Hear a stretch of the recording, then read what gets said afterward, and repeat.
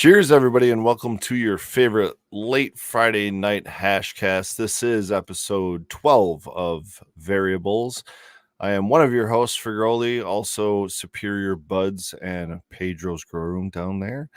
Tonight is our guest, Matthew Gates of Zenthanol Consulting, known as Zenthanol on YouTube and Synchangel on Instagram. He is a master of pets, a bug connoisseur, IPM expert, someone that we all want to know, but don't want to know too closely, if you know what I mean. Welcome, Matt. Welcome to Variables. Yeah, thanks for having me. Yeah, welcome, man. Welcome. I'm excited for this one. This is like we were saying before the show. This is something I don't have a lot of experience in. So hopefully I have a bunch of questions for you. It's one of those things that a lot of us don't have experience in until we're kind of forced into it. You know what I mean? I real quick before the show ran and collected some bottles I've recently used. I'm just gonna go ahead and jump right into this. Okay, so here's my problem, Matt. I'm more of a chemistry and physics type of guy. So when it comes to biology and Latin, that all just went out the window for me, like Bio 101. So I'm going to try to pronounce some of these things, and you're going to have to help me probably the entire way.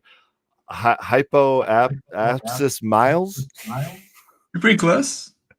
I mean, if you're depends on how much Latin you're gonna try to put into it. Yeah, I have zero, but let's do it. Let's do it correct. Miles, hypoapsis miles, perhaps some might say. Okay. Some incredibly pedantic people might pronounce it that way. People like me, but yeah, that gets the thought across. These are some of my favorite bugs right there.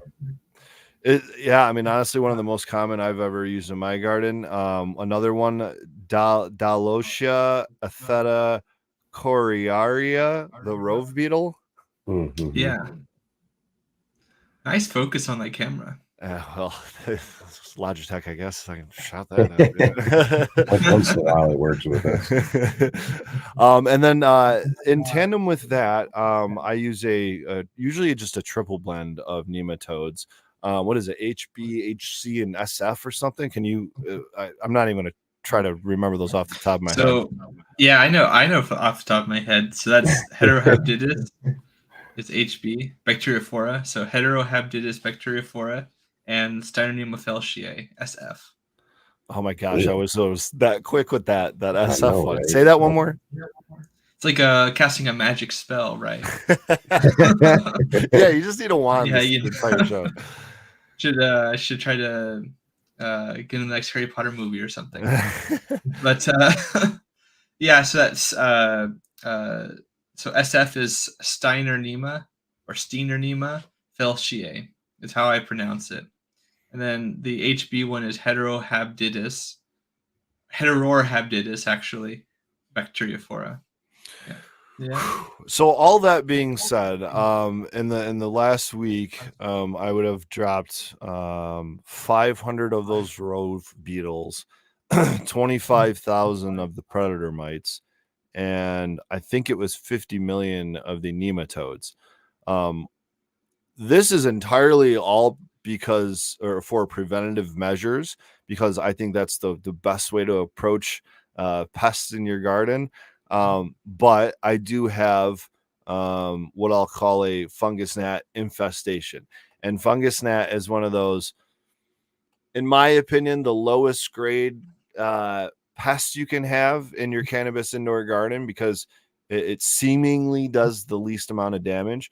But I don't like looking at them. I don't like seeing them flying around and getting shot through my fans into the wall and, just on my soil or whatever, wherever they're at. Definitely one of the most annoying for me. Yeah. So I drop about, what is it? $100, $120 or so a month on just an IPM regimen. My guess, and tell me if I'm wrong, that's probably not what the common IPM looks like in your experience when it comes to cannabis gardening, right? What are people out there in your experience doing to kind of support the either the overall health of their gardens, or let's do that. Let's come at it from a preventative perspective right now. Say we got a nice clean garden, but we're worried maybe the seasons are changing, or maybe we know some friends that got some spider mites or something like that, and we just want an overall general approach to maybe combating bugs before they even get there. What would be your recommendations? And my guess is something like starting with, I don't know, clean clothes. Yeah. Well, actually, I think you were kind of going somewhere with that first line of questioning that I thought might Take terminate it. a different way. But let me take it that way. Yeah. Well, like what you said earlier, and what you said now echoed.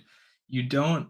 I don't normally see a lot of people thinking preventatively, right? The In the physical security world, it's very similar, right? Where like people often don't pay until after they get robbed. They think, I'm not going to get robbed. It's fine. Why would it happen to me? I don't think it'll happen to me for whatever reason. And then it happens to them. And they're like, oh man, I really don't like that I lost like many thousands of dollars if it's a business or whatever, you know.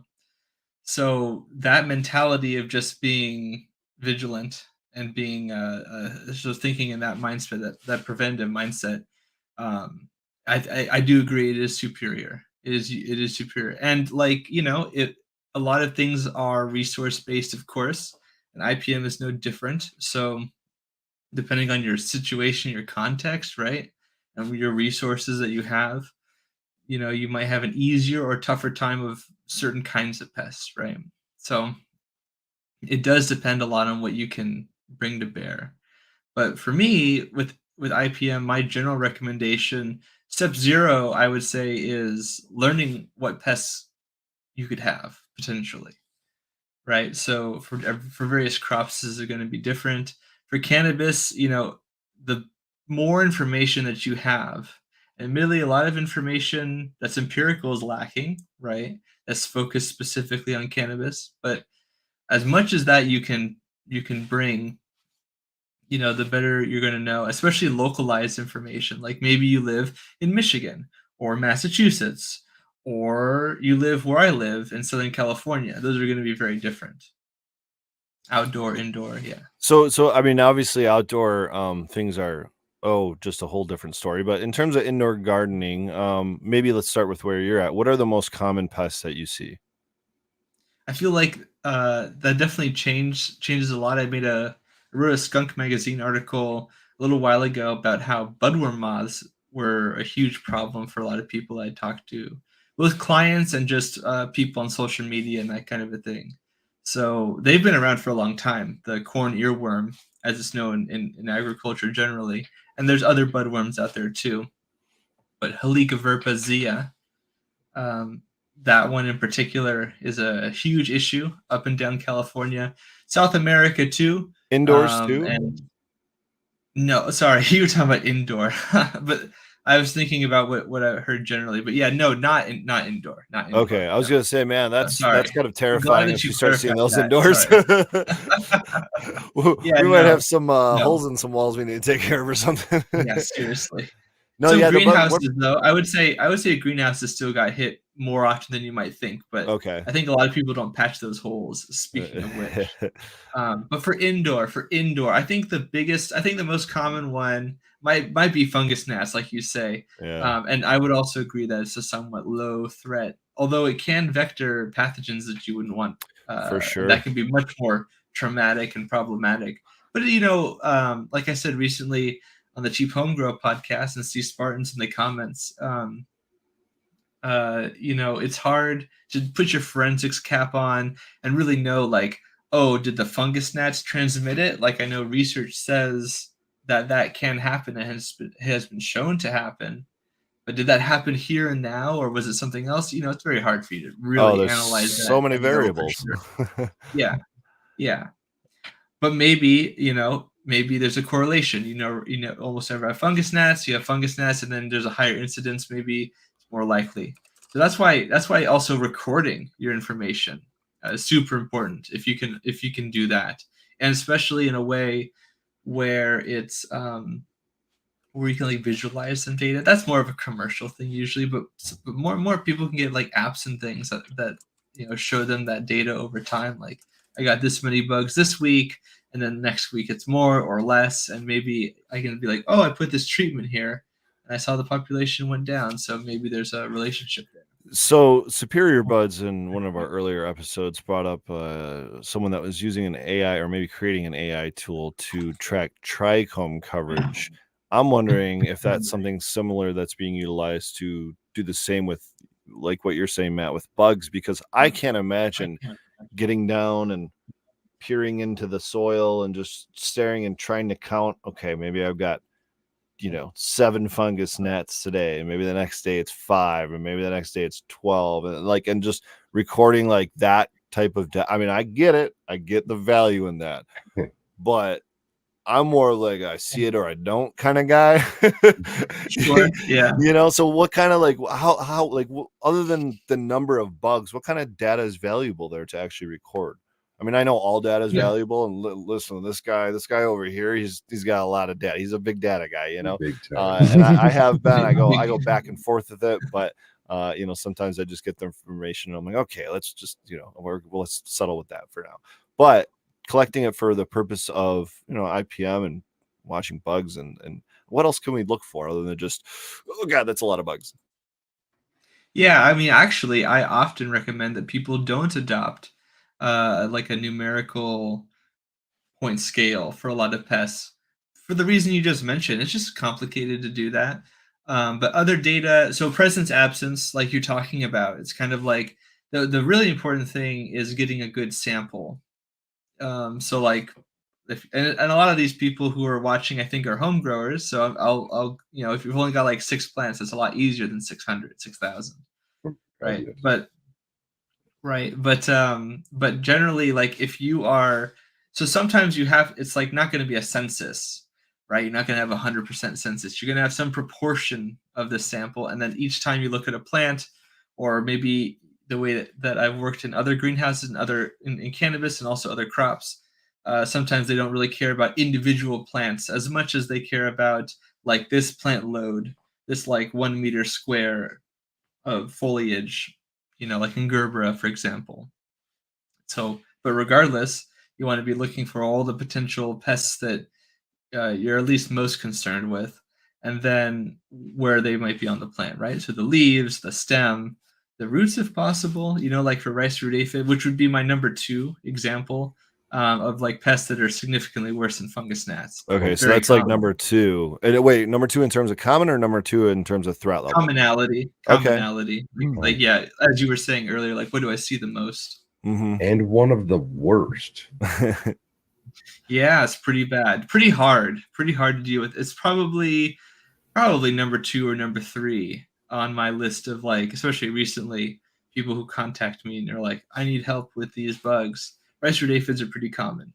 So what would be some tips? Throwing the towel? No, we're gonna get there, because there are a few things where I think throwing in the towel, or at least a certain point throwing in the towel, is probably the best option, honestly. And just starting anew. I think I've done it more than once. I think there's probably plenty of people out there that have done it, listening now and listening down the road. Yeah, I don't want to get to the threat level. Well, you'd have to respect that most people aren't in a professional setting contacting me to hear. You should just tear it down. That's why they're gonna search this up, though, and they're gonna hear you on here, and then they're gonna hear only 15 minutes into the show rice root aphids, and if that's number 2 in commonality, and also really hard in threat level, or it's serious threat level, what are some tips for them? I mean, like, at least for home growers, maybe not. Let them hire you and bring you out, fly you out, all that fun stuff. A lot of it's relevant. So if you're a commercial grower listening to this is relevant to you too. But a big part of it is still, it kind of depends on how you want to implement it and how bad it is. So like for a lot of people, the problem is that they don't crop scout in the first place, right? So kind of like what you were saying, like, don't get them, or in the first place, like, be preventative. And so if you do detect them, you want to rapidly respond to that. Okay. And hopefully, if all of your ducks are in a row and you have a vigilant procedure of detection in some way, then like you have incoming cuttings or something, or you have a dedicated person, maybe yourself, who is like looking at every plant or looking at the roots and making sure, and like not just glancing, but like actually taking a good look. And so that's number one. If you do encounter them, if you have a small amount of them, a lot of people will use some sort of botanical insecticide. That's super common. Depending on where you are, you may or may not have access to something like a pyrethrin or something like, and I didn't say permethrin or pyrethroid, which a lot of people get confused with. We can go over that too. But like azadirachtin or some sort of neem product is super common. Um, I'm a huge fan of entomopathogenic fungi like Beauveria bassiana. Beauveria is a huge one. People who follow me know that I'm a huge advocate for it. Works So against a lot of different insects. I'm going to write that down because that's one that I've been holding on to almost to the point where this bag might expire because Mm. I'm just staring. I stared at these fungus gnats long enough where, and then even outdoors had the opportunity to use it outdoors where I'm just like I could just nuke all of this off by eating insects. But okay, keep going. We'll get to Bavaria bassiana later. That one I can pronounce, I think. Yeah. No. So like for rice root aphids. So the other thing is that like again, and that's if you have a small population. If you have a bigger population, that's still true, but then the frequency of your applications is going to be different. If you're already using biocontrols for other things and you want to be targeted and coverage is going to be important and how you implement that, a lot of sort of discrete niche minutia, has to be considered too. And it also depends on the skill set of the person treating as well. Um, but like some people, for example, although they're called rice root aphids, sometimes I've encountered it where the rice root aphids, for whatever reason, they just don't disperse up into the foliage, or they just stay in the foliage as far as the person could tell, and they didn't actually enter the root system. So sometimes that can be a little bit wonky, and you might luck out because if you only have rice root aphids in the foliage, well, and you only have a small colony, then you can 86 that that population, and you will have a problem. Some people like to use lacewing larvae. That's very popular. It's a biocontrol that people like to use. Some people like to use aphidious wasps, so parasitic wasps, Okay. and that can be really useful in a very small grow. I don't think it's really worth it. It's probably too expensive. But if cost is not a problem, then you can leverage multiple of these at once in different populations. And that rove beetle is one of them. This rove beetle is not one I buy every month. It's one I buy maybe a couple times a year, maybe only a few times total in the past, honestly. But they seem effective, and but they're on the more expensive side, especially when I'm buying 500 of them. It's probably like 10 cents a piece when it comes to the bug themselves. Now, when it comes to the predator mites, 25,000 of them probably cost me $25. It's probably 0.001 cents per piece or something like that. Yeah. So yeah, affordability and then also the effectiveness. In terms of those bugs or biocontrols, you mentioned lacewing larvae. Are there any other and the parasitic wasp? Are there any other kind of common accessible bugs that you might be able to use to fight them? And here's the thing, right? Is when it comes to a lot of these bugs and these infestations, there's several stages in which these bugs progress, right? They might go from the larva stage to the maybe just a crawling, or I'm sure you've got the proper terminology for this, but something that just maybe walks or moves or crawls or climbs, to something that might fly, to then the reproduction stage starts all over again. They might lay eggs, and this whole process might take anywhere from, I don't know, a couple days to several weeks. And in that process, you need to be targeting either the specific stage that pest is in or the whole process. And so that's why I like using a multitude of different bugs, because typically with the ones I'm using, they're targeting different stages of those that pest's life. Is there a cycle in which, or a point in the cycle in which you like to attack, not specifically for rice root aphids, or are you kind of coming at it like that full on approach of like, all right, we just kind of have to, part A, B, C, and maybe D as well, just to kind of get rid of this problem?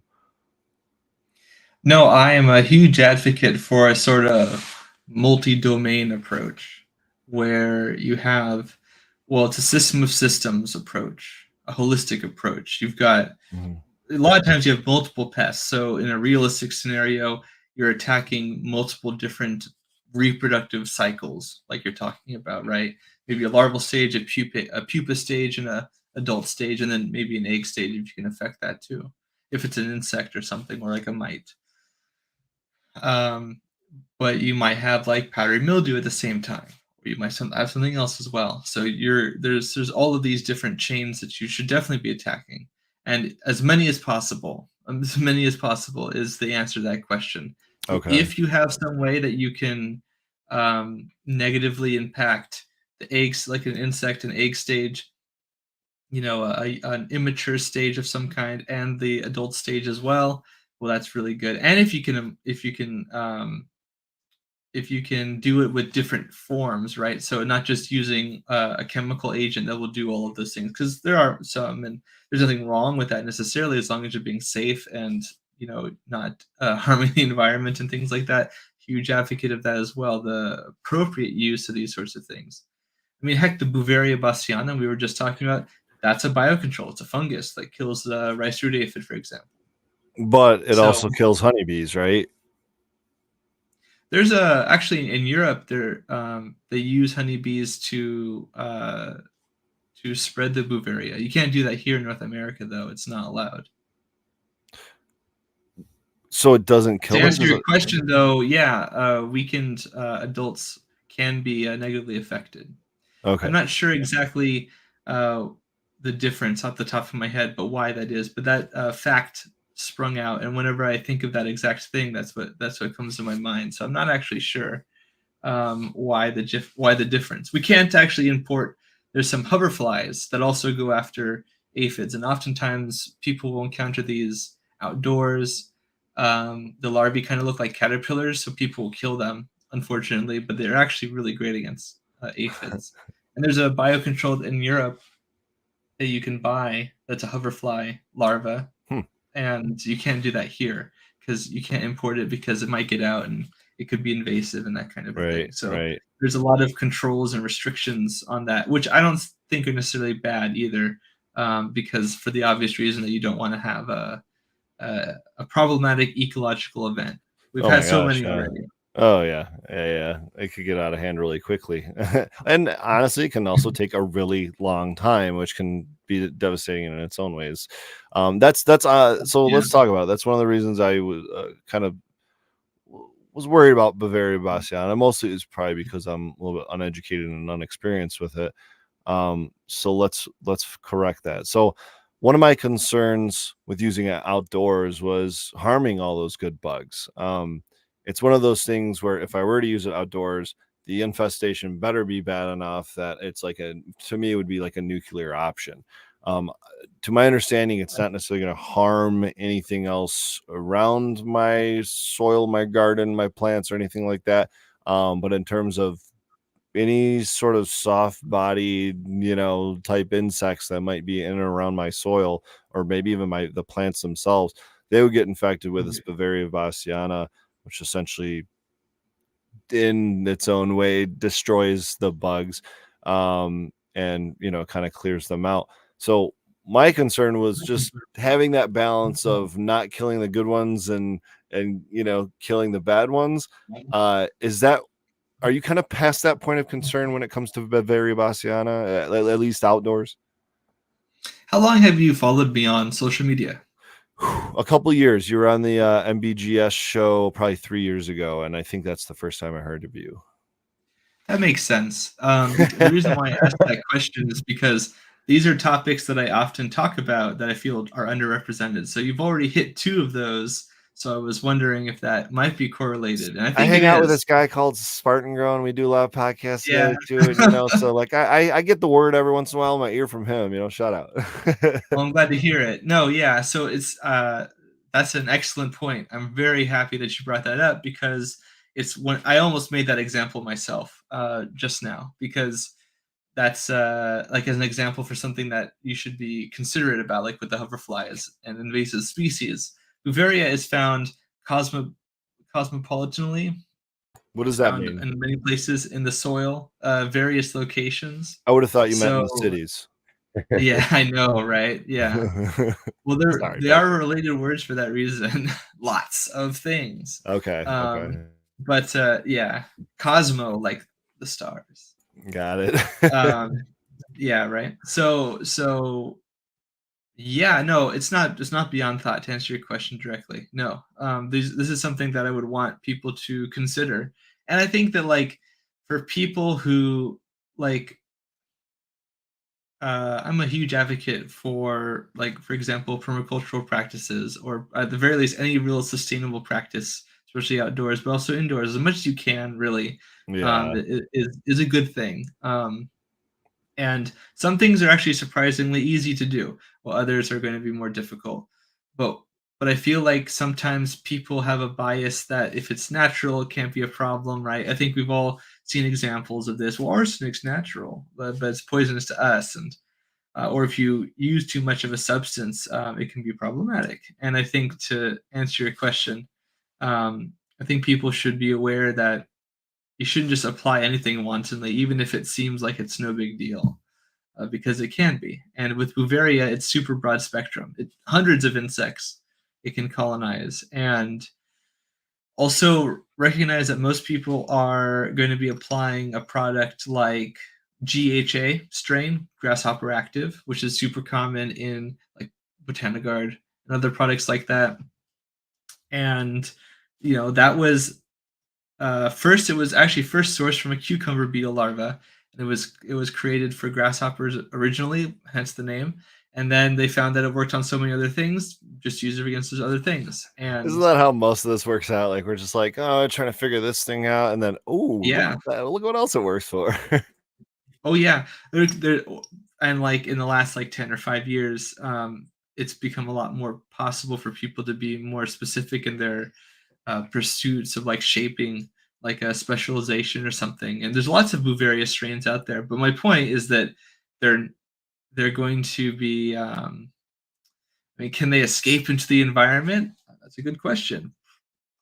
Ostensibly, yes. So, think about that maybe. And maybe there's no grand problem that we see now, but like who's looking for it too? Who's looking for it? That's the question I ask. Yeah. Exactly. And how long is it going to take for the DNR even to catch on, or the Bureau of Land Management or something? Yeah, I mean that's the problem on my land, right? Outdoors, we're all permaculture. We've got our chickens, everything we grow outdoors, closed cycle. Everything's from the land. I threw some plants out a couple years ago just to see, and ran into leaf hoppers and everything. But I'm in the middle of a national forest, right on the lake. What I can do very limited. So that would be an interesting question on my standpoint is, what could I do that would be safe for outdoor? You better go talk to that forest ranger, because they're going to tell you probably nothing. Right. Yeah. That's an excellent question. It's a very unique situation. I was talking with somebody recently who has it's a similar situation, don't have a lot of things to use, but it's because they can't access it because it's very restrictive where they live, what they can use. Basically can't use any biocontrols. And so like you get these situations where for whatever reason, you can't just do the like maximally optimal thing that anyone else can do.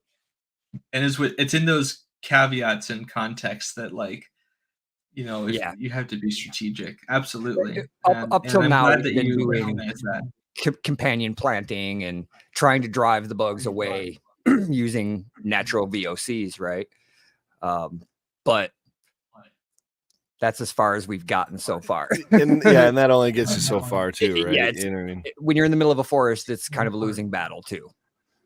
I've got a yeah, absolutely. It's a target-rich environment. yeah, and I found bugs and stuff I never knew existed out there. So, oh yeah. So I've got a question that's been pressing me for honestly probably two years since I've learned about Bavaria bassiana, and I don't know that anyone's given me an answer that I trust, and I expect that you will be able to do this. how long, if I put it in my soil, and I want to know the answer to both, if I put it in the soil, Bavaria bassiana, in the soil of my pots indoors and also my garden outdoors, how long is that going to last in that soil?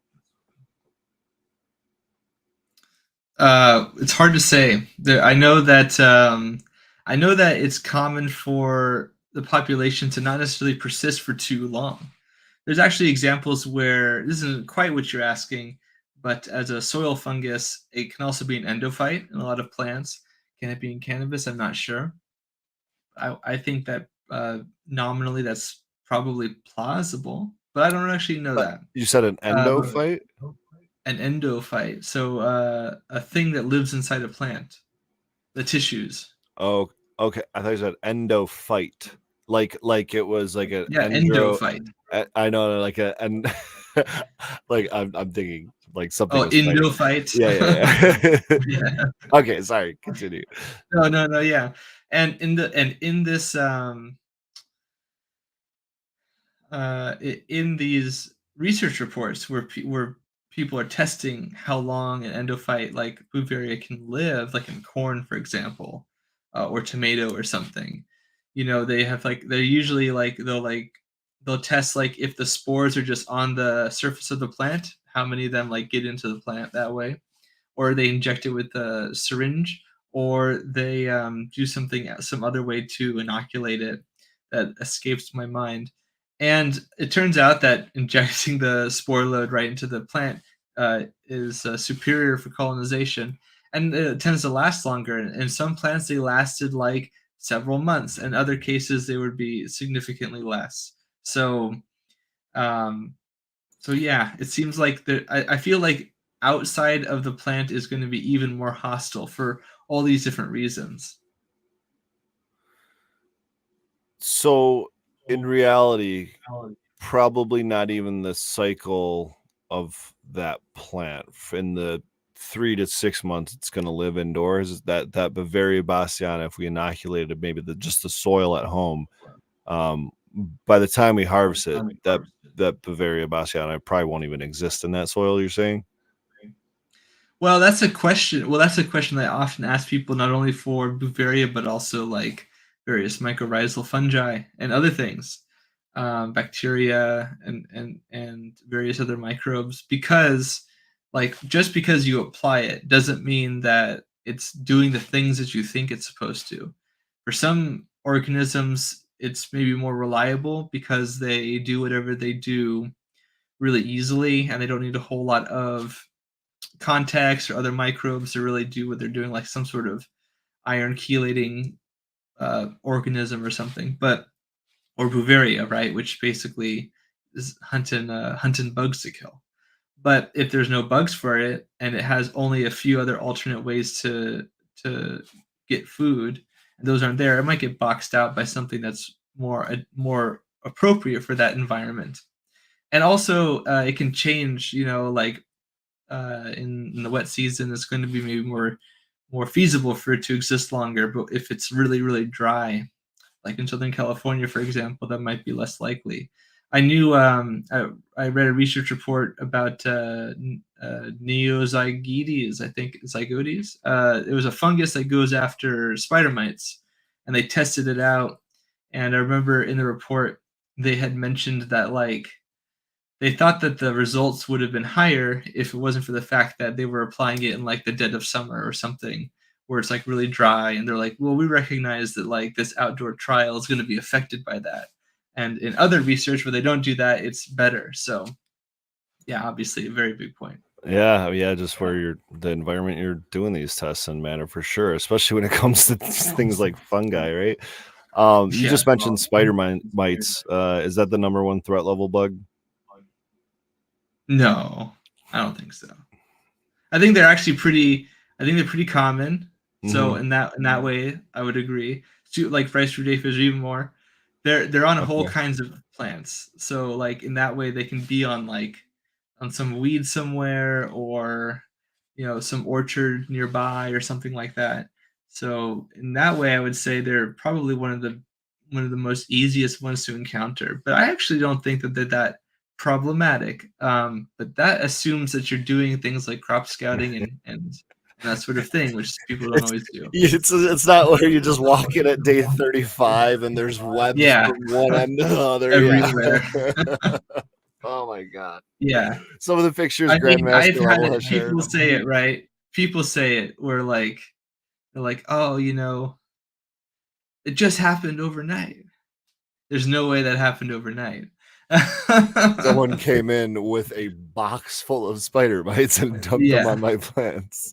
I actually had some I don't know. spider They mite just issues. couldn't have done it in a day. Like you could do. I believe I would defy somebody to To shape. try it. Oh, don't do that. Yeah, no, yeah. Don't do that. Don't Because encourage this type of behavior.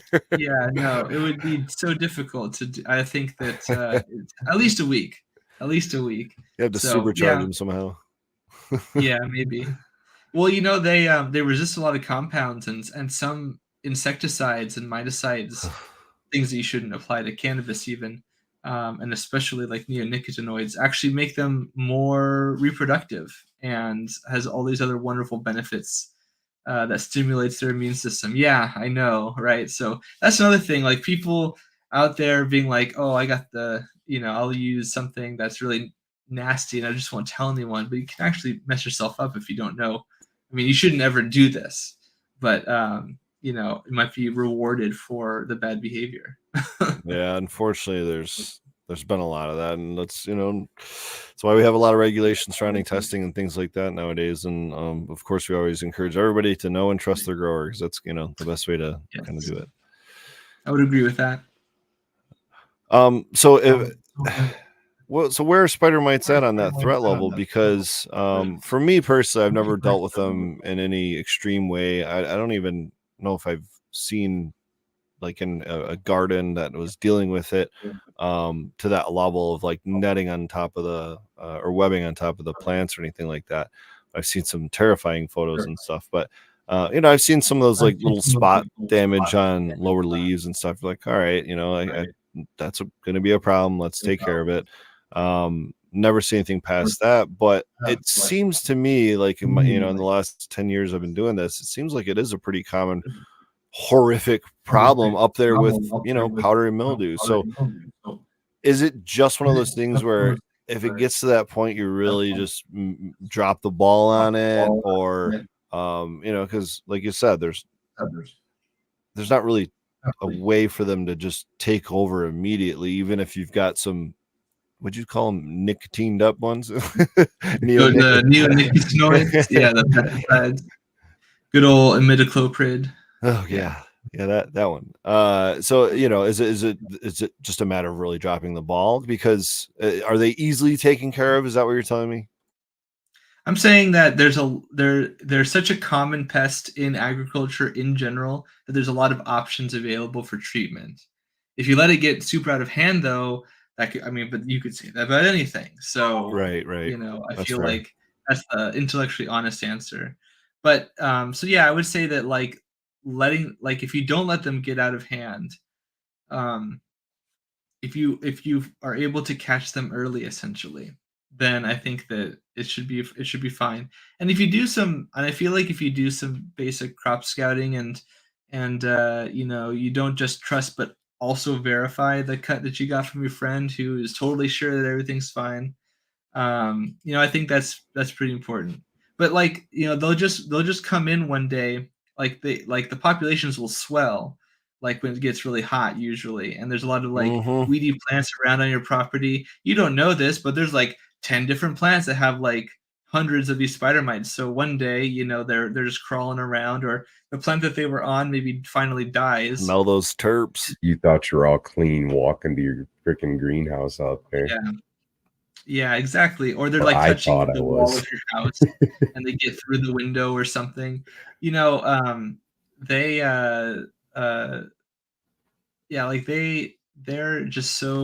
There's so many of them. I controlled them in the greenhouse minimally this year by agitating them with fans and wind in the greenhouse, and actually just slowed them down because they were at a point in which I dropped the ball. I didn't catch them soon enough, and some of the at one of the plants was for sure seemed to be a sacrificial plant, and I kind of just let that one go, and the rest I kind of controlled, with a little bit of defoliation and some honestly air movement around the plant.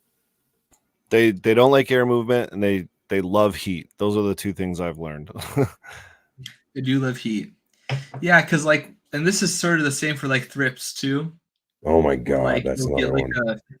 you'll get here's the thing, spider mites don't they're not really they're not directly lethal to your plants. I think that's what I would consider a high threat pest, right? If Makes sense. if we rate it on a scale of lethality and how long you have until I've got a number one, Matt. I know where you're going with this. I got it on camera. Number one threat: white-tailed deer. Yeah, see that can We'll happen. just munch a whole plant, man. Or somebody who thinks they can maybe steal it and sell it for something. That's also a huge pest. I usually don't get contracted for those kinds of pests. Yeah, it's probably a different type of contractor. Yeah, that's a different kind of contractor. Yeah. What about those thrips? Going to those a little bit, because I very recently just lost control of the thrip population in my gardens, and we had talked about before the show, I generally fight bugs with bugs, but I do as minimally as possible. I like to try to just keep it truly as organic as possible, even though it's indoors. So like I was saying, thrips are difficult for the same reason, that the population will get huge and abundant, and then all of their plants that they were feeding on, the annuals and things that might be around, grasses and stuff, those will die back, and then you have this huge population and nothing for it to feed on. So right by your house, for example, and so then they'll gravitate, they'll just spread around, and eventually they'll find your plants through various ways. So thrips are difficult because they're also very hard to see, and you can just get a couple of a few of those individuals in there, and when they lay their eggs, it's inside the tissue of the plant. So what also happens to people, so not all thrips do this, but Western flower thrips, for example, does this. Is that what I'm seeing on the leaf? Is that what I'm seeing on the leaf? Is that their egg? No, it's probably the damage. Oh, okay. The scarring is usually not visible. It's just so small. The incision is so tiny. But that's what they do. It's underneath the epidermis of the plant. And so what can happen is somebody can spray their plants or whatever, or however they're going to control it, maybe these predatory mites or something, which I like to use. And they're like, hey, man, here's your cut. But actually, there's eggs in that cut, and you don't know this, and they don't know this. And even if they sprayed something, right, the spray doesn't, because hopefully you're not applying a systemic compound, right? So the contact killer doesn't kill it, and then the thrips problem starts again. So it's why I'm often talking about really heady things and the deep arcana of physiology and things, because it's kind of like a cheat sheet. It can be a little bit complicated sometimes, but essentially if you know little things like that, then you know in what ways to be more vigilant, and maybe you don't have to do so much extra work that way if you kind of are aware that could be a problem. Does that make sense? Yeah. I'm just still blown away that they're actually laying eggs in the tissues, and that's wild. And I'm processing how I got said clone and whatnot as you were saying the rest of that. But yeah, they've been a terror. Spider mites have been a terror. The root aphids I threw in the towel, I caught it way late. It was early in my career of growing, and just an absolute decimation. Fungus gnats, some annoying SOBs. Why are fungus gnats only ever there when you're growing in soil? Because I've been growing for over 10 years now, and in soil? Only in soil, or do you mean only in indoor? Okay, I've been growing for 10 years, and I've grown in soil and cocoa and rock wool and steel wool, and I've never seen fungus gnats in my indoor gardens except when I'm growing in soil. What is it? Why? I mean, I often see them in rock wool and other substrates. So it could just be experiential. I don't know. Could just see that kind of stuff happens to people a lot, where it's just coincidental. And I'm always trying to seek information that might be outside of my own experience too. I think that you made me remind myself that, like, that's another topic that people should know, is that substrates not or media. everything. There are things outside of your own experience sometimes. And that's why research is so important too, because there's things that might intuitively make sense to me based on my experience and research, but then something else comes up. And and I'm sorry we didn't do this right off the bat. Talking about research and experience, how the heck did you get into this, Matthew Gates? Like, what drove you to have an interest in this? What is your experience and your education, your research? Like, tell us a little bit about that, your qualifications. Yeah, sure. So I went to San Diego State University, and I got a bachelor's in horticultural science. But originally I wanted to join the military. I come from a military family, and where everyone's all like, "Oh, he says you could have done it." Da, da, da, da. But I had a lot of experience around people who were in the Navy and also in the U.S. Army, and I joined the ROTC and STSU and that sort of thing. And I had a lot of great experiences, but ultimately, for various reasons, some of which are sort of personal, and other ones you can find on some news source, I'm sure, about San Diego. I decided that was a bad idea. And for me personally, greatly respect people who did join, though. And I have many friends who actually did. I have one friend of mine who was actually in the infantry as enlisted and commissioned to the U.S. Army. That was very cool. I was very glad to see his success. But for me personally, I decided to take a lot of that camaraderie and also, I guess, strategic perspective and analytical thought and apply it to my first love, which was agriculture and horticulture. So that's also why I make use of a lot of the I think the terminology and also the sort of logical reasoning about how to go about things. Not because like the military is like the best thing in the world or anything like that, but it's because those sorts of institutions often, especially recently, they make use of like game theory and other sorts of like kind of, I don't know how to say this. I was actually thinking about this recently, how to word this very thought, but I guess it's that it's tactics and strategy essentially, and it can be done in a way that does do with like bombs and missiles and things, but how you deploy the biocontrols, for example. Right. How do you threat model something? How do with that kind of information? You can do that about anything, really. But I think integrated pest management works really well because you're often considering a lot of different systems in the same way that a lot of military doctrinal thought. And for those who are in the military, who might be watching this or something like that, this probably sounds a lot like TRADOC kind of nerdy stuff. And it is. It is. It's the weird logistical stuff that's not the super sexy stuff that people are always seeing in movies and things like that. If that makes sense. Oh, 100%, man. It's like you're fighting those little battles, ground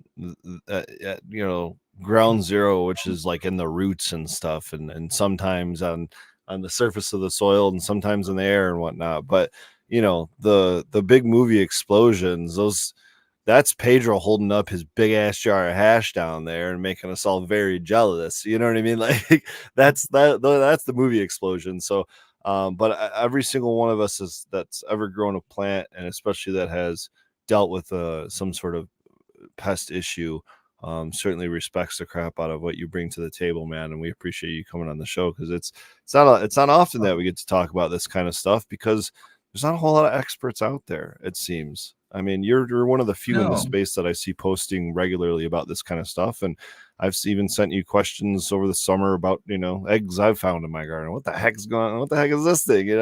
Like, what's this bug? You're my what's this bug guy. Yeah, I'm a lot of people's what's this bug guy. That's right. I appreciate that. I I think that it's a well, here's one thing. So like in your advertisement for this very stream, you referred to me as an entomologist, mycologist, botanist. I don't have degrees in this.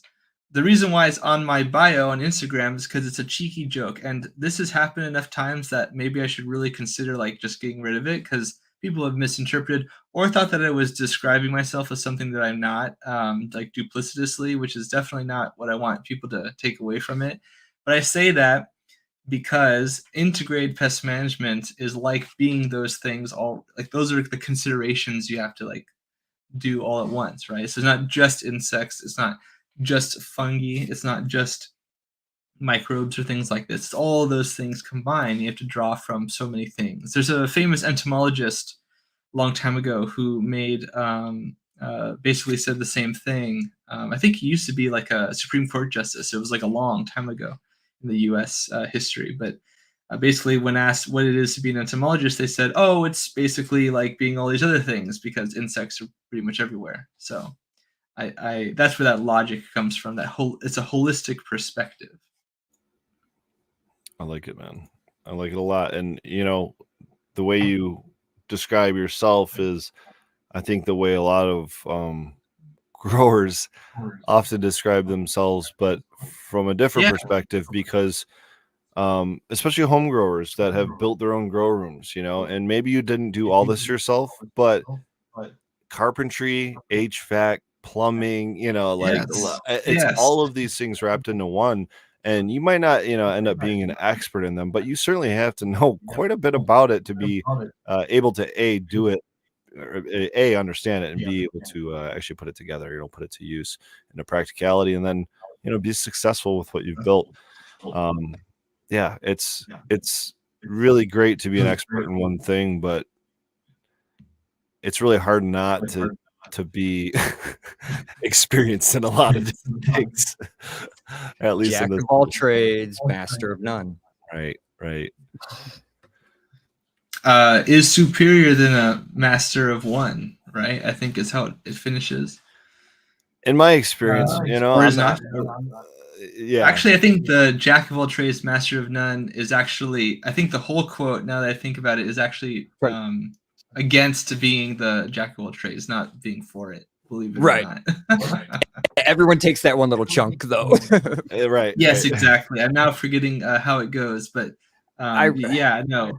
But I think it's super, I mean, you can't help but be, if you're a consummate professional, and even if you're not doing things for money, but having that experience, absolutely, you can't help but have all this various exposure. And I think to a broader degree, some people might say just, you know, living life eventually is the case too for a lot of people, and that might just be distilled in what we call common sense. You know, the expectation that people have enough exposure to something that they will be able to do something with that information. But yeah, absolutely, HVAC, you know, cultivating plants, basically growing life, you have to emulate all of these things, right? You have to understand them, and the better you understand them, the better you can achieve that goal, I think. That's I have a certain special respect for breeders too, because once I started understanding genetics, and then obviously having kids of my own, and you see it not just in plants, but in people, you know, and it's like it's quite amazing the variety you can get, especially when you go with intention, you know, or even when you go with an intention. I would agree with that. All right, so I have another burning question. Okay. My one about Bavaria Bassiana lasting for however long. This one has probably been in the back of my mind even longer. More pertains to the bugs themselves.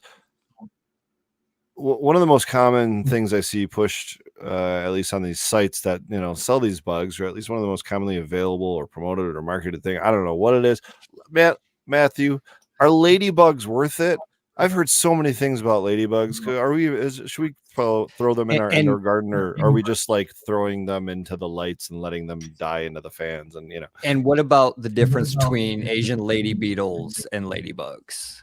And what about the difference between indoor and outdoor? Yeah, Very variables. So I think that a lot of times they're not worth it for a lot of people. I think that it depends a lot on. Well, there's a lot of things that preclude me from recommending them, and people who know that a lot of lady beetles are destructively harvested from places where you don't want that to happen. That's also one of the reasons why they might not be effective in the first place if they're collected when they are overwintering and they're in this torpor. Then when you release them, it's essentially going to be in an environment that might resemble spring or summer. So their first reaction to getting out of this sort of hibernation period is that they want to disperse, right? To go somewhere where there might be food. So that's kind of not what you want, really, especially outdoors, right? So that's going to be a problem. Um, there's also the fact that, like, yeah, Harmonia axyretus, or the harlequin lady beetle, is invasive in North America, for example. It's from Asia, and it is highly competitive. It will even eat other lady beetles. A lot of people might know that. It can transmit, although rarely, some pathogens to other lady beetles as well. And it gets this name Harlequin because it has many different phenotypes that look amazingly different. Jet black body with 2 red spots or orange spots, or it might look more traditional with like the red elytra, or the wing coverings with the black polka dotting that a lot of people think of when they think of lady beetles, or it might look very different. There's like 30 plus phenotypes.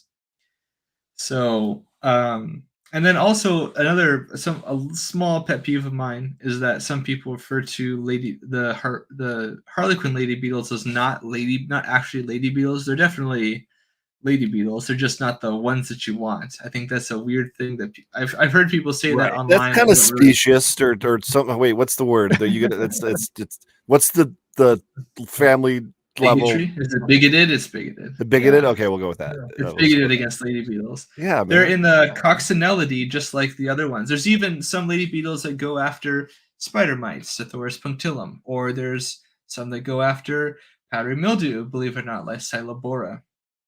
So there's all kinds of lady beetles out there. Not all of them just go after aphids.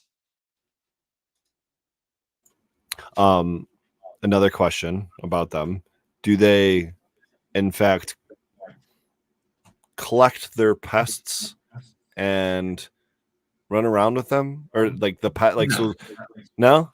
Ants will do that to some ants. That's another thing. People think that all ants will do this, but only a select amount will do the aphid moving thing. Some of them will just feed and protect, feed on the honeydew and protect the colony they come across. Okay, but ladybugs don't do this? No, not like intentionally or anything. Okay. Like, I could envision like a lady. Somebody's gonna like send me a video of like a aphid on the back of a lady beetle and be like, "I proved you wrong." So like that's not quite. I don't think that behavior is super common. Okay, yeah, not like researched enough or recorded enough. Wonder who's bugged out more: the people that are hearing lady beetle or the people that are hearing ladybug. I'm gonna keep saying ladybugs because that's all was raised damn. I think ladybug is more common, to be honest. Yeah. Is there an actual difference? I totally was joking. Is there an actual difference? So this will only work. This only work for this phenotype, right? So, and that's what I was. That's something I learned. I did not realize that. A lot of times they have this M-shaped mark in this like shoulder region, right below the head and above the elytra. What I see a lot of with people online is they're buying ladybugs from Amazon. Then what they're receiving is Asian lady beetles. They show close-ups and they're not correct. And that's right. So these are the harlequin. It's just a phenotype of the harlequin. Is that what you're saying? Yeah, and a lot of them do have this M shape. So it's not wrong. It's not wrong for sure. Interesting. I didn't realize there was more of them. That's crazy. Yeah, there are definitely there are tons. There are tons. So are they a net positive when it comes to pest management or not? What's your heuristic for good? Because I think that Superior over here with the permaculture might not like all of those things that I just mentioned about being invasive. But even if you got them, I think in like a good context or something, and you could like hypothetically guarantee that they're not going to get out or something, and also you could guarantee that you got them and they're not like right past hibernation or something. Even so, I think that they're not lady beetles are not um, they're not my first choice, but they could have a net positive. Sure, I mean hypothetically yes, provisionally yes. You know what I mean? Not a very strong proponent of them, though. I see. No. Lacewing larvae, for example, are super voracious, and they're more expensive though usually. Well, But I would that brings definitely. us to the question from Chasmanian Devil in chat. He wants to know what is the most beneficial bug to use? Yeah, I mean that is like a big question I'm often asked, For and sure. I mean it's not really it's not it's a I think as the Buddhist would say it's a question wrongly asked because it doesn't really mean anything in the sense that there is no such thing as a most beneficial bug I think to use I because mean, they're all unless they're very variable. increasing my terpenes, it's not, it's not really Yeah, beneficial, yeah. Um, But I would say that my favorite, most generalist predator that you can get commercially, let's say, I like the predatory mice. I think that's the best way to answer that question. Is what's the best bang for your buck potentially, Okay. most generally, and I think that that would be like the Swirsky mites or the cucumerus mites. They go after russet mites. They go after broad mites. They go after um, whitefly, for example, the nymphs and the eggs primarily, and they go after other thrips. How could I forget? So they go after a bunch of different things, and that makes them very attractive, I think, as a preventative. And when I'm working with clients who are like, these biocontrols are really expensive, year to year. How can I justify them? It's like, it sometimes it's not practicable.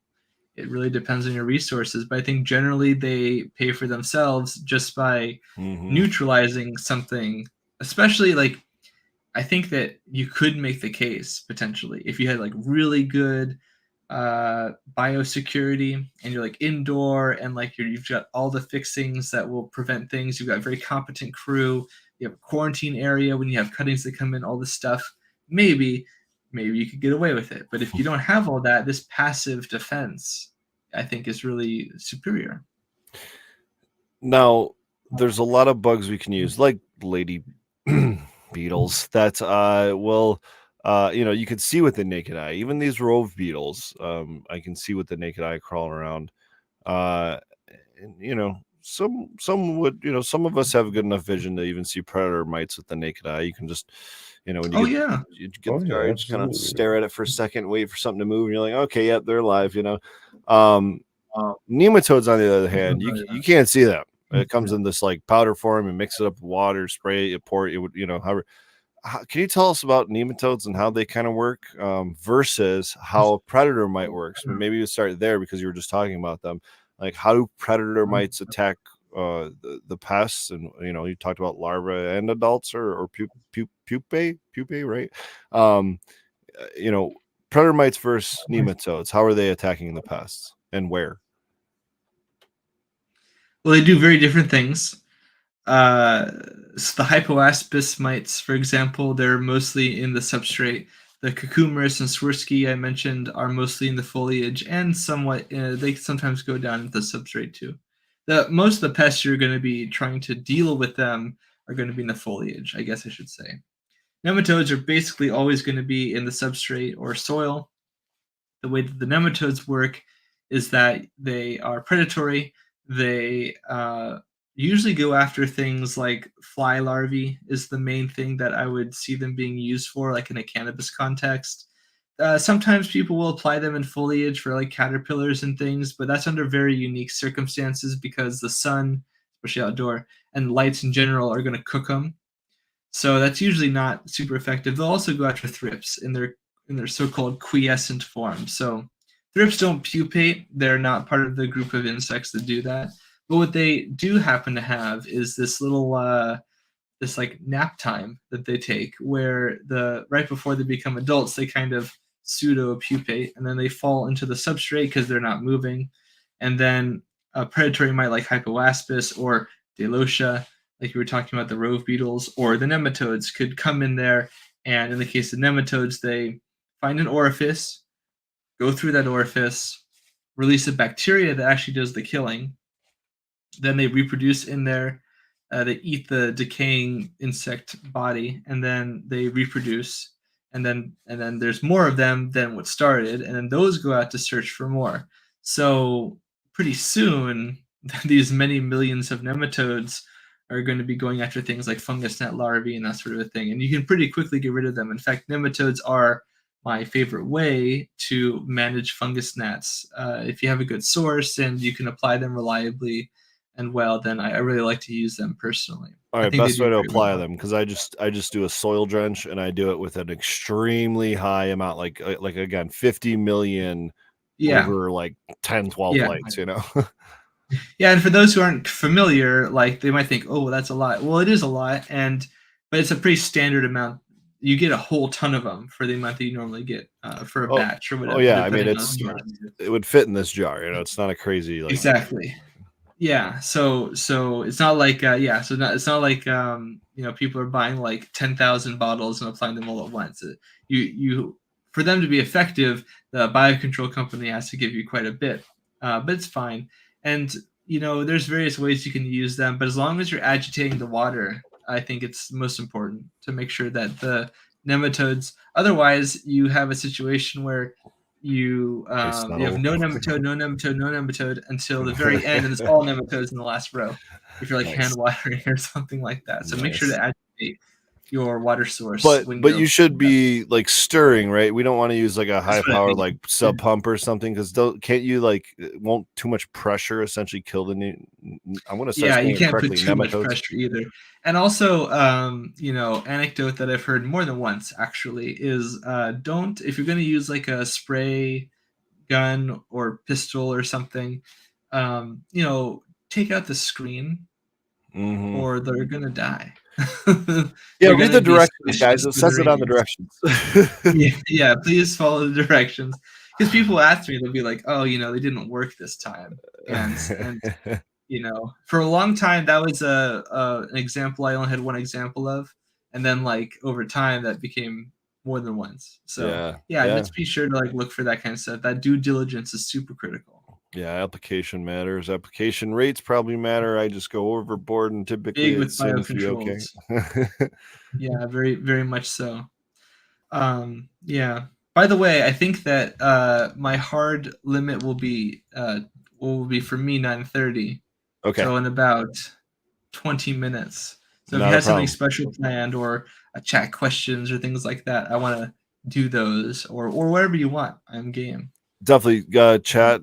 You heard them. Get those questions in. Doesn't matter if you're on Twitch or YouTube or what channel you're watching this from. We get all those questions back here on the back end, so we'll be able to share them.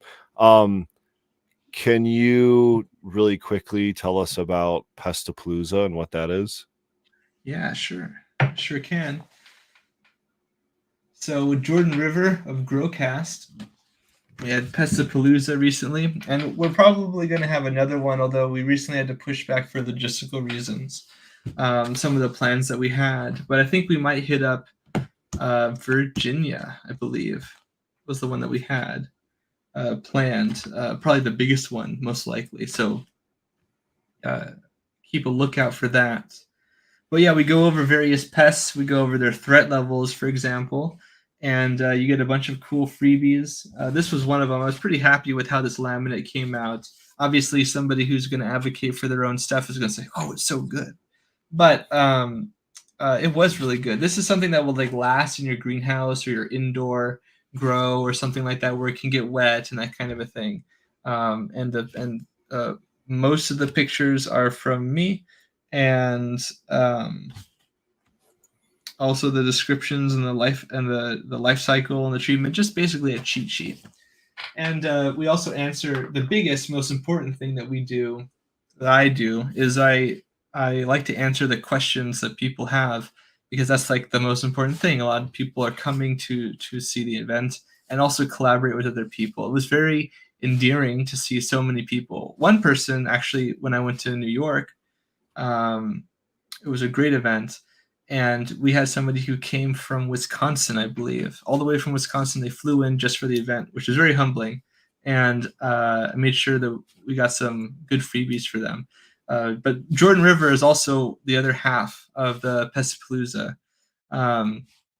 It did a lot of organizing. Definitely deserves the credit for getting that information out to people, and also providing a lot of the we have kind of like an IPM like first aid for people. So like some products that people could use that are easy to apply, some seeds, for example, and some A other little cool things. IFAC.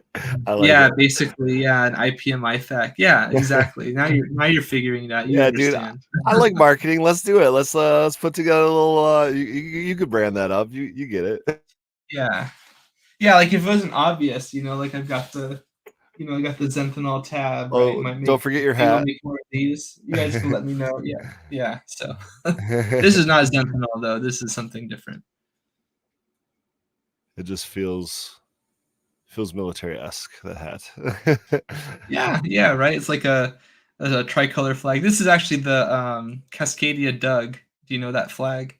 I You're do familiar not. with that? I like Yeah. the So tree.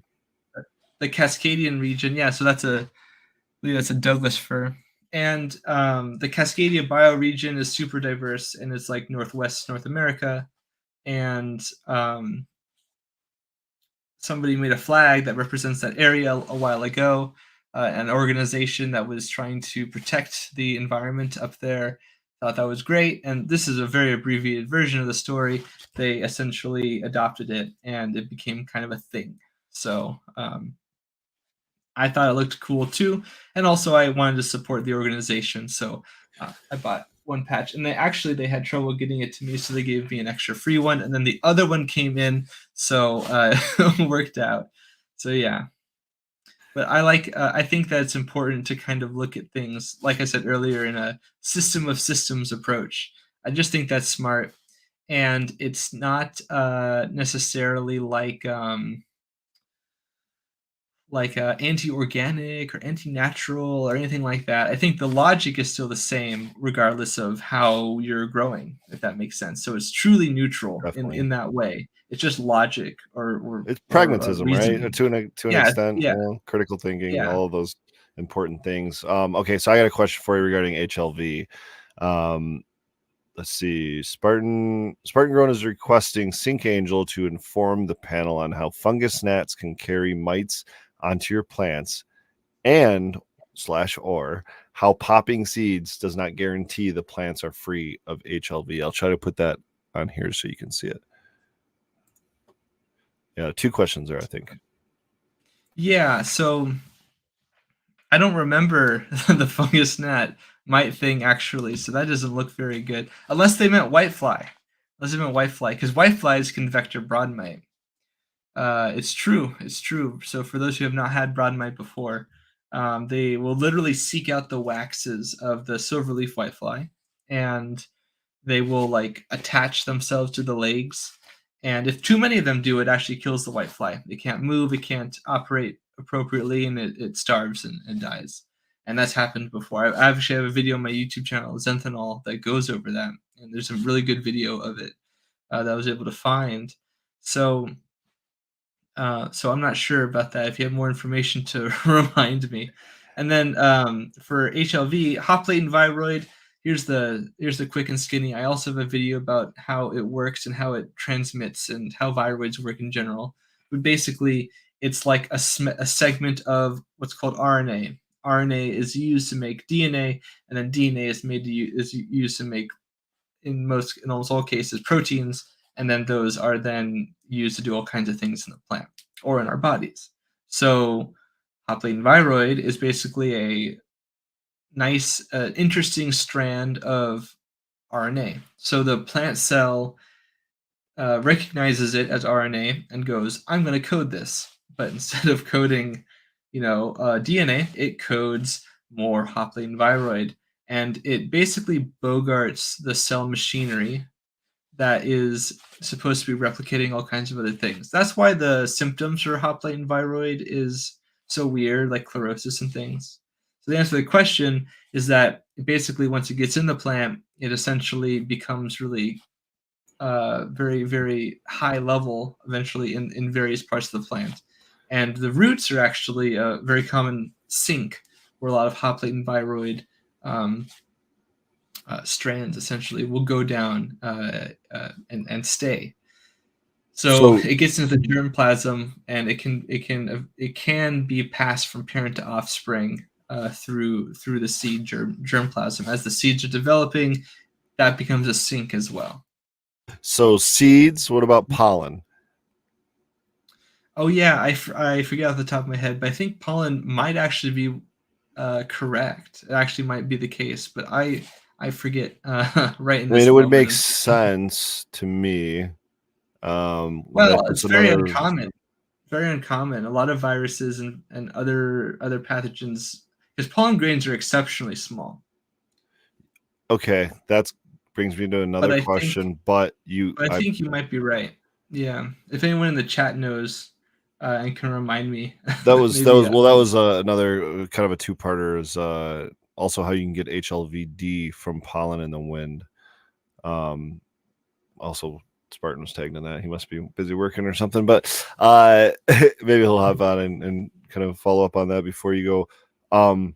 Okay, the small size of pollen. I want to talk about that. But before we get there, the roots. You said that the roots could be very high in this virus. So does that mean replanting into the same pot as that? It would give you a high likelihood of maybe, for those people that are using living soil or something, would there be a chance of contaminating plant after plant after plant then? Well, even the water, maybe. There's some circumstantial evidence.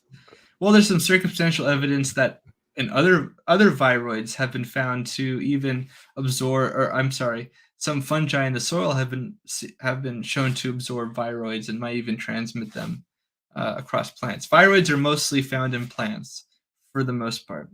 So it was a really shocking thing to read about. And so to answer your question, that's certainly possible, but there might be other vectors too that are even more prolific. Okay, fair enough. That was definitely a concern after just what happens, not that I have it, but what happens when you leave roots behind in your soil, from the previous plant? Some people are asking about dry buds even. Like, can dry flower be a vector? And I think I saw something recently that was like, more on the plausible side than the not plausible side. Just because it happens in a laboratory setting, though, also is like not necessarily going to mean it's going to happen in the real world. But I think that for viroids, it's they tend to get into places more often than not. So I would be more cautious than not. Okay, so micron size. Do we know the micron size of this viroid? I mean, does that exist? Is it like even? Oh, I mean, detectable? Is it like what do you mean? Like, yeah, you could take a picture of. There are pictures of. Is there any way to like screen it out physically? Is I guess what I'm trying to say. Oh, not really. Because it's like in the plant. Yeah, I guess I'm thinking. Yeah. I guess I'm thinking after the fact. Like I'm just thinking the roots still of just like, oh man, like this is kind of terrifying stuff. It's reminding me of some other like. I think like there's like the phloem, right? So like the plant makes it photosynthesis happens. You get sugars. The sugars assimilate into the phloem, and the phloem goes from the source to the sink. So various sinks. In a lot of plants, that's going to be your roots, and some plants that'll be the corm or whatever. Like with plants that have like big starchy storage units, basically, of energy. And then also they'll go into like fruits and seeds and flower tissue and that kind of stuff. that's the other big sink for nutrients and resources. So that's kind of going to drive where plate and viroid and other viruses would move. Now, it's very hard to talk about plant viruses. I'm not a virologist, but I do know that they're highly variable, and it's very hard to talk about them broadly. But a lot of viruses are vectored by insects, for example. A lot of plant viruses, a lot of animal viruses too, but plant viruses most prominently. And so some people also ask, well, can that be the case for hot plate and viroid? And the intellectually honest answer is, I don't really know, but nominally, provisionally, plausibly, I think, because if you're sucking up the phloem, for example, if you're an aphid, there's probably going to be viroid in it if it has viroid, and and aphids will regurgitate that somewhere else. Now, in viruses, though, I will say this: the only reason why it gives me pause, because for some people it might be like, well, obviously that must be the case. But would you believe that there are viruses out there of plants where aphids will take them up and they don't actually vector them for whatever reason? Ostensibly, the particles are there, they're being regurgitated, or they would be, but not all viruses are going to act the same for whatever reason. So I'm always like, wait for the research to come out. You know what I mean? Because sometimes you get weird nuance. Then that's the thing. Oh man, Superior, I think you said this, like something about repeatability. In science, do you remember that, what you said? Reproducibility, yeah. Yeah, I'm sure one of you guys will. Yeah, until someone can reproduce it and consistently, then it can't be proven. So yeah, it's one of those things where you just gotta you gotta keep trying it. You gotta do the whole scientific method and create some hypotheses and test it, test it and research it and test it again and try to prove yourself wrong before you just try to prove yourself right. Iterate and test. Yeah, absolutely. And ideally have different people, right, from different places in different places doing that replication. Repeatability and but absolutely. Yeah. Limit the variables and control what you can. There's so many. Okay, so we only have you for another 6 minutes. I want to ask, okay, all of us are very much hash focused when it comes to our gardening, I think. Okay. And they are the two solventless guys, so like bubble hash production, rosin, all that kind of delicious, tasty stuff like this. Now battered up Critical Kush. Oh, what's up? That's gonna be gone by tomorrow, I promise you, Pedro. Actually, no, I'm gonna have to save some of that, but and I stick on the hydrocarbon side of things. With hydrocarbons, we can kind of, it's essentially a liquid, so we can pretty much get it down to and this is why I bring up the micron thing you talked about with pollen, but I want to bring it up with hash, because with hydrocarbons, you can really break it down. It's broken down into a liquid, so you can use a very, very small size mesh screen and still get that hash through, right? Whereas I don't know what, kind of your what you guys would say, Superior and Pedro, your kind of minimum micron effective size is. What I'm curious to know, Matt, is if we were using screens to clean our material of bugs in it, but we're making hash, and we wanted to get clean hash at the end of it, but somehow screen out these bugs, what size micron would actually make that work? Well, but wouldn't the maceration or pulverizing process, wouldn't that kind of break legs and antennae? I don't know. You tell me. What if we were doing it at 29-degree water? I don't know. I think so.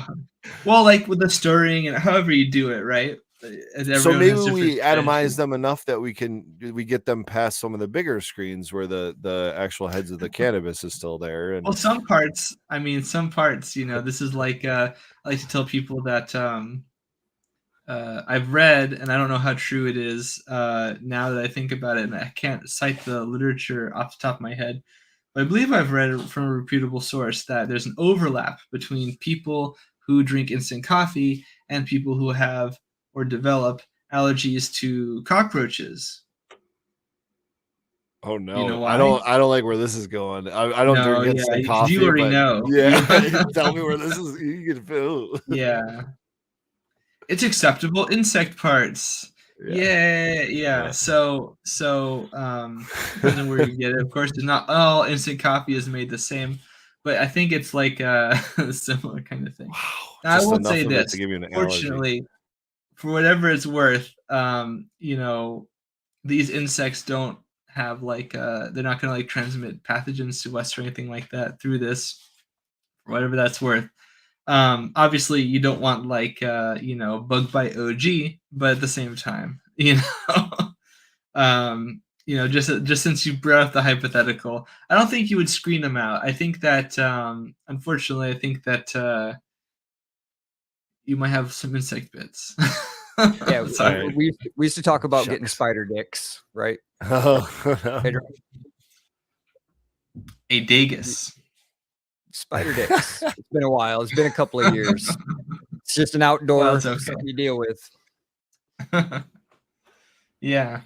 yeah, well, and Yeah. then of course you see people, washing it and like washing their colas and stuff before they even trim it, like after they harvest it. It's a thing to get some of that stuff off. And yeah, Sure. I guess there's some ways to do that, but yeah, man, bugs are gonna bug.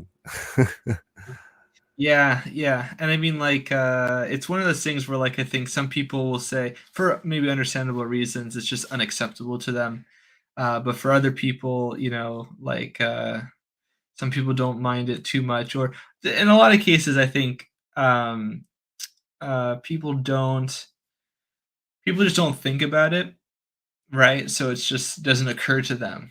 This is true for a lot of things in cannabis and also other food products and other sorts of things. Like, you don't like people don't even realize how much like foreign DNA and stuff that they're just getting exposed to. All the endophytes in that tomato that they ate, or that apple that they ate, bacteria, fungi on the Hey, surface. quit scaring the guests. Hey. Yeah. Yeah, so well, actually, I'm just saying that you're more impressive.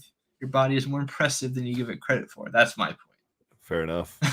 Two more real quick, I guess, yes or no questions before you throw some plugs at us. Do you grow and do you smoke? I do, but I feel guilty for saying that because I haven't grown cannabis in a while. And do I smoke? Absolutely, yeah. All right, man. Not a Well, lot of IPM specialists do, and I will say that when I started now 13 years ago, nice.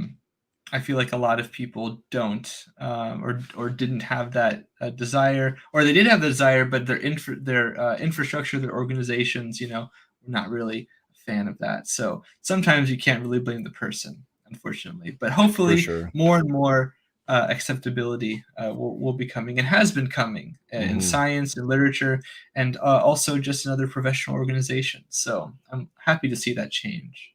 Oh yeah, man. Well, Matthew, I appreciate your time here tonight. It's been amazing learning about all of this kind of craziness, and I feel like this podcast could go on for another hour and a half or maybe another 3 hours longer, because there's just like Absolutely. so many infinite variables when it comes to this microscopic level of war that we battle sometimes in our gardens on, and such in levels and areas that we can't even see or access sometimes. So we got to just throw the troops down and hope they get it done, and Way more things right. to think about than I thought. yeah, man. Yeah, for real. Well, Matt, any Zenthal, Synchangel, all those different names. Could you just throw out all your plugs real quick before you go? Yeah, absolutely. So if you have professional inquiries, please check me out at zenthanol.com.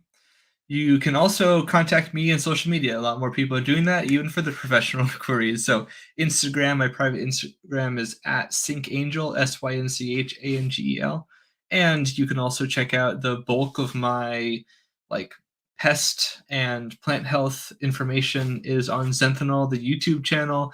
I have a big aphid video that I've been talking about for practically the whole year because I've been so busy this year, and I've been trying to like up my graphics game a little bit and a little more attention to detail. So that'll be coming out soon. It'll be the ultimate aphid analysis, everything you wanted to know about aphids, and maybe a lot of stuff you didn't know. So I feel like knowing that information is very important. And also, is there anywhere else you can check me out? Twitter at Synchangel as well, and those are most of the places. Yeah. Awesome. Thank you. Did we ask you what was the number one threat level bug? I think that for a lot of people, it's for outdoor. I think one of the biggest ones is budworm, mostly because it's a dilemma. If you get it, even if you treat, you might still have tunneling and bud rot and other stuff that is a problem. And so even if you kill the caterpillar, you have a cadaver in your flower. So that's not great. So it's kind of like damned if you do, damned if you don't. Yeah. And then I think for russet mites might also be a pretty big contender for a lot of people, if only because the damage is so severe and it's very easy to get it, not notice that you have it, and then spread it around, and then the population blooms all around at the same time. That can be very devastating. And then I think the biggest one, though, for indoor might be a microbial pathogen like Pythium or Fusarium, where in 24 to 48 hours, if your like temperature in your water is too much, or you have a hydroponic system or something, it can girdle your plants very quickly. And I've seen that happen too. It's not always what people get, but as far as like severity, I think it's pretty high. That was the hardest. Hop-laden viroids, of course, is a huge problem. Yeah. All right, cheers, man. We'll let you go, Pedro Superior. You guys want to do some dabs and talk about what the heck just happened here? Yeah. Cheers, man. Thanks again for joining us, man. Take care, dude. Matthew. You're very welcome. Next time, I look forward to it. Wow. That was way more to think about than I thought. And I feel so scatterbrained trying to like talk about it with him, honestly, like because I don't even know where to start with this kind of stuff. But it just did a hell of a lot better than me. I just sat back here staring at the camera. Yeah, no, it was deep. That was awesome. He knows his shit. Well, if all you guys in chat, I mean, throw out some questions if you still got them. I think we can. If you guys want to hang out, we got 27 minutes. I'm just do some dabs. I am beyond medicated, but let's do it. I would never tell. Well, maybe sometimes, but so I crushed the Taliman first. I actually just smoked mine over here, and still smelling the terps on it. So that's a funky, stinky one. I like it a lot. The where is it? Trap cherry. I'm trying to hide from myself because I've got like 1 dab of it, 2 dabs of it left in there. Trap cookies. Sorry, I keep saying trap cherry because someone else gave me a trap cherry, different brand, and I was like, oh, I could compare them, and then I was like, oh no, it's cookies. It's cookies. Trap C just gives me the shivers, man. I'm just thinking about it. Wow, it's such a good flavor, bro. I was just gonna hit the clementine here, and it's just, I'm like, I'm not prepared for that amount of taste right now. Yeah, I actually backed off. So I gotta wait. I showed it. I was like, I'm gonna smoke this clementine. I was like, no, I'm gonna switch. I'm not prepared for that. I've been. If you guys remember hearing me on the show last week, I was verging on sick. My voice was all crappy last week, and I'm still not completely over it, honestly. Yeah, you can hear it in your voice there. Yeah, a little throaty. So I didn't think that. It's got the bass on this week. I didn't. I didn't think the extra. Yeah, I guess you're right. Yeah, I didn't think the extra terps would be the good idea. We were actually talking about that. We were actually talking about that with a deeper voice. Sometimes you get sick and you get that deep voice real quick. So I just filled up these terp cards. I got the clementine. So this is just the high terpene portion of the clementine. So crashed out the THCA. I saw your photo of all the carts there stacked up. That's pretty awesome. Right, Army. So there's even more terps in there. No, it's a higher ratio, but not more. Well, yeah. So more. More Yeah, profound. no, I'm like, wait, so, yeah, more. Dang it, you're right. Yeah, there's more. There's more in this dirt pod than there are in a jar. Yes. Shoot. Actually, no, because the jar has 3 total grams, and this dirt pod is only 1 total gram. So I don't know. Probably not. But either way, yeah, I've kind of second batch I've done on these guys. They work really, really well, and these are kind of cool because they're rechargeable, which I've never had to recharge one. Oh, that's awesome. Yeah, they're yeah, nice. But they're also temperature controlled, so I can change the voltage. Cool. Yeah, through an app on my phone. Like this got a little thing that plugs in and it makes it, I guess, Bluetooth. Huh. And you can do change those yourself? Is that like at home or what? Yep, fully. Yeah, I got the. You're gonna laugh at this. Hold on. Give me half. Because I don't think I've ever made one at home. A cart? Yeah, of course. Yeah, of course. All my friends and whatnot are asking me to, but I don't think I've ever done it. Oh, this typically scares people when I show it to them. No, I understand that. Completely. But it's an injector for turp carts, and you still see that I left a little bit in there. But what do you do? How do you get your product to the right consistency?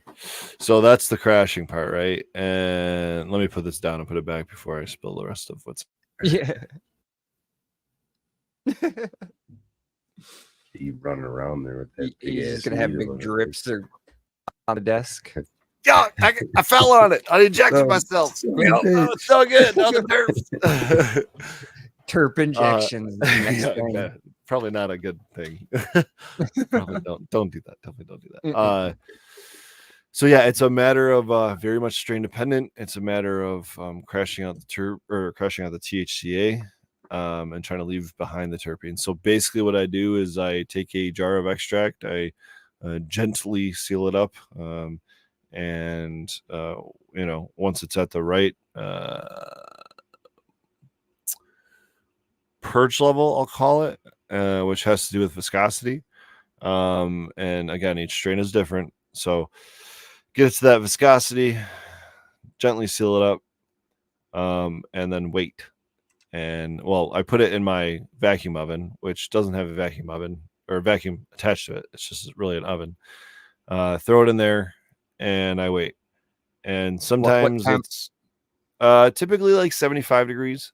If I need to like push something faster, I will go up to 85, but I never hit 90 or above because that is the temperature I recover my solvent at in terms of a hot water bath. So I know that my solvent inside of my closed loop system is never hitting 90 degrees. Unless I was really to boil it down to nothing, inside that water bath, which I don't. So knowing that, I try never to hit 90 degrees because I don't want to get it any higher than it's been in my closed loop system, I guess. So again, somewhat liquid, it's going to be at a different temperature anyway. So I seal it up, put it in there and wait. That THCA will crash out and creates this layer at the bottom of the vessel. And sometimes they form a little bit differently. Sometimes they form in separate individual rocks to start. Sometimes it forms in like a thin sheet at the bottom of these little itty bitty tiny crystals. But eventually, if you've done it right, you'll get THCA forming on the bottom. And what's left on the top after a certain amount of time is a high terpene extract. It's not just terpenes. It's still going to be like 40 to 50+% THCA probably, or maybe a little bit even THC at that point. I would have to go back in my tests and see. Now, that's where I was going to get at with the rosin. There's probably a couple percentage points in there for sure of converted, THC at that point. But once you've got it crashed out enough, that's when you have to separate it. So you have to separate the terpenes out from the diamonds or the THCA. And usually I just use a stainless steel screen and just pour it, into a different clean vessel. And that different clean vessel, I now have my high terpene extract. I will usually, if I'm going to carts, I'll usually put it in for another round of crashing and try to get it as stable as possible. Because what I don't want to happen is it to come into a cart and then you know, take half a dab or half a day's worth of dabs or something, and just the heat of the cart has started converting crystals in it. So that's why sometimes on that second batch I'll turn it up to 85 degrees and try to quickly over the course of, you know, a day or a couple days or whatever, try to crash out anything that's left. Again, it's sealed, so it's, you know, trying to keep all the VOCs and everything inside, and quite frankly using that as a method for crystallizing as well. And once I'm satisfied with the consistency and the stability of that high terpene extract, that's when it goes into the cart. So again, I'd strain it. So right from the strainer into your gun there. Yep, into the gun. It takes, I think, 25 grams or 25 milliliters worth. And then the gun itself has it's a trigger pull, and that trigger pull has settings for 0.5 gram, 1 gram, or 2 gram per pull. So you just, you know, stick it in, pull it, stick it in, pull it, stick it in, you know. That's awesome. Pretty simple. Yeah. And it actually comes with, I have it here somewhere, but I haven't ever needed to use it. It comes with a wrap that wraps around that needle portion, because with distillate and some other extracts, you actually need to keep it heated, and you might need to do this with some rosin too. And so once you get it in there, if you need to keep it at 85, 90, 120 degrees, whatever it needs to be at, you can use this e-nail that's attached to this wrap that's, you know, and just set it to it. It's kind of cool. But again, I pretty awesome. Tried it once and realized I don't need it, because if I just leave that gun like this instead of like this, it's just gonna start pouring out of that needle eventually, because it's that viscous usually.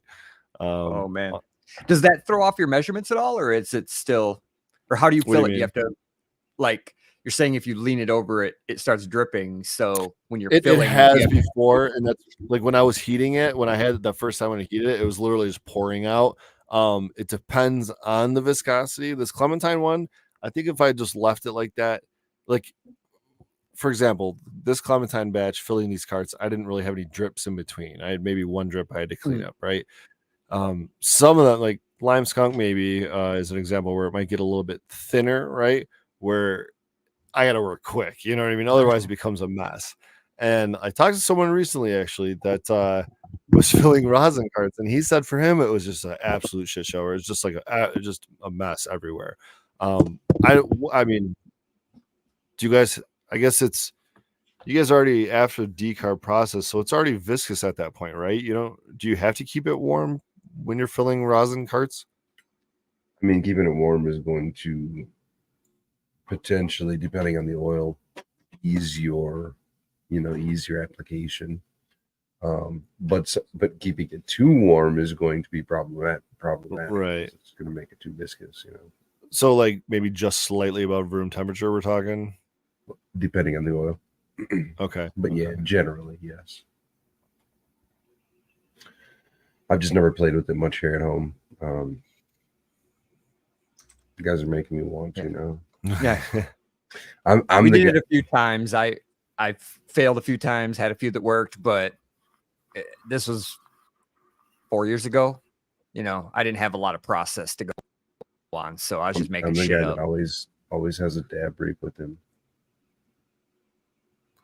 I mean, it's a pretty sizable hit on this thing. Yeah, no, it looks it.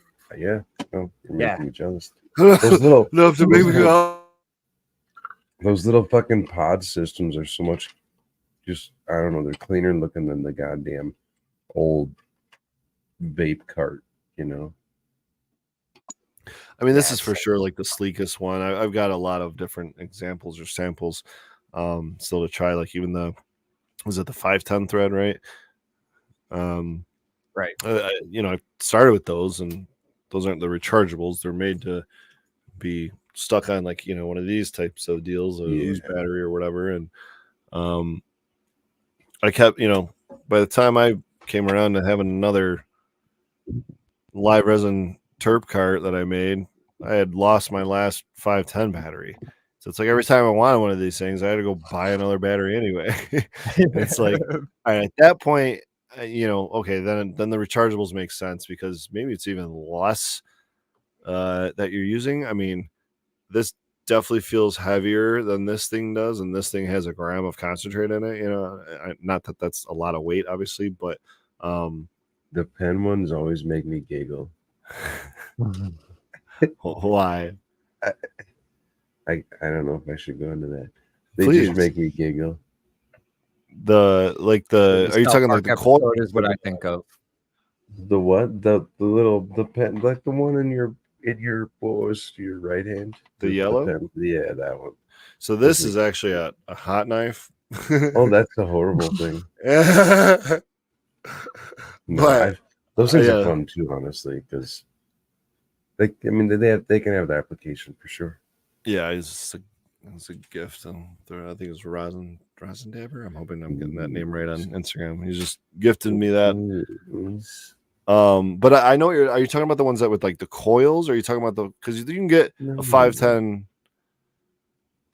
You're talking about an actual pod, right? The cart. No, I'm talking about just a straight pen with the cart, or with the cart. Why do those make you giggle? You're talking about versus like something like a rechargeable? Yeah, like that wouldn't make me not giggle. You're making me giggle now, you fucker, because I feel like I'm on trial. What's your problem with 510 thread, man? It makes me giggle. It's just like old school. It feels old school. Yeah, I don't know. I've just never been a fan of it. Yeah. I know there's the application, because there's times that, busting out a rig is just a pain in the ass. But I'm just a rig guy. Those things always make me cough a lot. So for me to get around that, I mean, and as a serious answer, for me to get around that, I make my rosin caps, where I take rosin, whether it be good rosin or, I should take some of this good rosin and try it sometime. But I generally take my food grade, rosin and decarb that completely into an oil, to an oil consistency. And then I mix it to whatever ratio I want with the coconut oil, generally 50-50. And man, I take 2 or 3 of those. You guys will see me at the end of these shows. When I take 2 or 3 of those some bitches. And then that just keeps me, if I want to go somewhere that, I want to be medicated, but I don't have the availability to smoke, well, then I take my caps. Yeah, that's what the pens are for me. They're just convenient. Sure. I like the new little pens are way better than the big long. Looks like you're smoking. You mom's. have a smoking cessation though. Yeah. Oh yeah. Yeah. That definitely it's pre-rolls and carts. I mean, this is when distillate carts are big, but pre-rolls and maybe still the case. Pre-rolls and carts are the most widely purchased items because of the convenience. They really are what people want. They really, really are. And they honestly are. In generally speaking, they're 2 of the most bottom of the barrel products when it comes to distillate pens and to most pre-rolls, because most pre-rolls are just your bottom of the barrel shake as it is, Yeah, and they're buying the cheapest. Yeah, so when people get a good pre-roll, a good hash hole, a good fucking live resin terp cart or rosin cart, that's it's like, whoa. It's crazy at Eden here, this isn't me putting in an ad, but at the place I work for, let's go like that, the place I subcontract for, they make the rosin carts out of 73 to 159 rosin. That's awesome. So it kind of surprises me when they do it, and the carts sell like hot cakes, but yeah, it kind of surprises me that they use such high quality rosin. But I mean, they probably have enough of it, definitely have enough. And they could probably sell more of it in pens than they can in just jars of hash. Sure, so. Yeah. With the batter, not price, a lot right? of people. What's that? It's probably got a premium price on it though too over the other pens. Yeah. Oh yeah. Yeah. Oh, yeah. So, they get that bougie sure. It could market, move right? more premium product. Yeah, I mean, it's just another step. Absolutely. Yeah, they have to take to do that.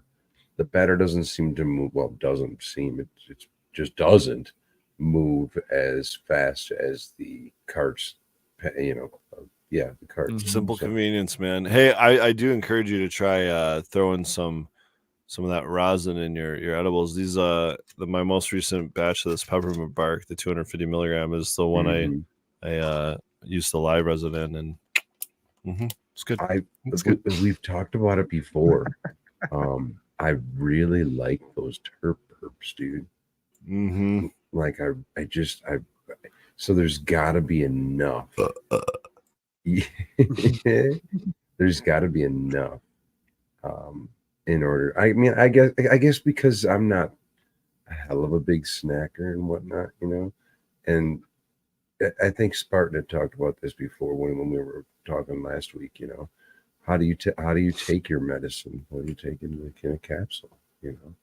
But that's the fun thing about cannabis and the way we use and process it, is that we can infuse things and can enjoy it in different ways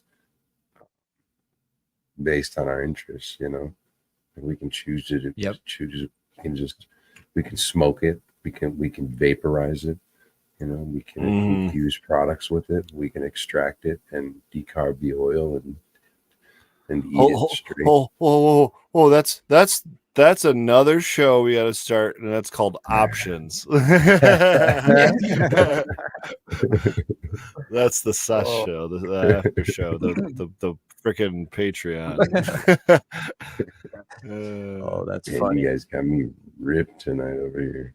I think I took a So I dab was- at just about every I was jar of rosin I had. around here Oof. and stumbled upon some Ooh. really awesome macro photography. That Damn, who's doing that? this Holy is Zoom smokes. Gardens, Oh yeah, Oh, bit. and their yeah. stuff Zoom is Gardens has got some great absolutely stuff. That is sexy, dude. Look at that. Hold on. Go back to. I know this isn't beautiful. the Zoom photo, but that one in the center at the top with the roots, the plant, the actual plant, is like pretty much at the top. Oh yeah. Right there. What the heck is going on there? That's kind of cool. What in God's name is that growing in?